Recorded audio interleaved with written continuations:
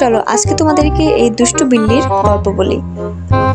তো একে কে যেন আমাদের বাড়ির উঠোনের সামনে ফালাইতে চলে গেছে, তারপর থেকেই আমাদের সাথে।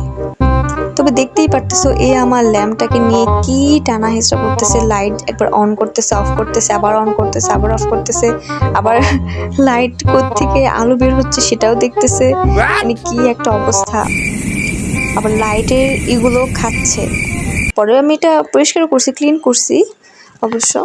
ওর মুখে যেহেতু লালা থাকে, জীবাণু থাকে হাত পায়ে, হ্যাঁ, তো আমি সেগুলো পরিষ্কার করে দিছি। আর আমি ওইদিকে হাত দিয়ে ওকে ইশারা করতেছি যেটা করা যাবে না, এটা ভালো না। লালা ভরতেছে, না না না করা যাবে না। ও কি করছে, আমার আঙ্গুলে আমার হাতের উপরে হাত রেখে দিছে। কি দুষ্ট একটা বিল্লি, তবে কিউট আছে অনেক। তবে ও আমাদের কারো কাছে ধরা দেয় না, ও কারো কাছেই ধরা দেয় না। ওকে শুধু একটু ম্যাও বললে ওর সাথে সাথে একটু ম্যাও করে, ব্যাস এতটুকুই ও রেসপন্স করে আমাদের সাথে।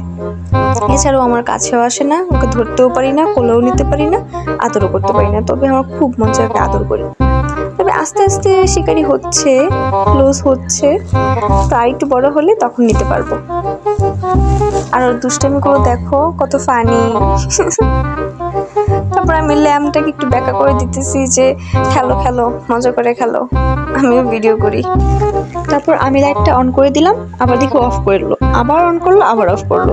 যা বুঝলাম ও এটা পেয়ে খুবই মজা পাইছে।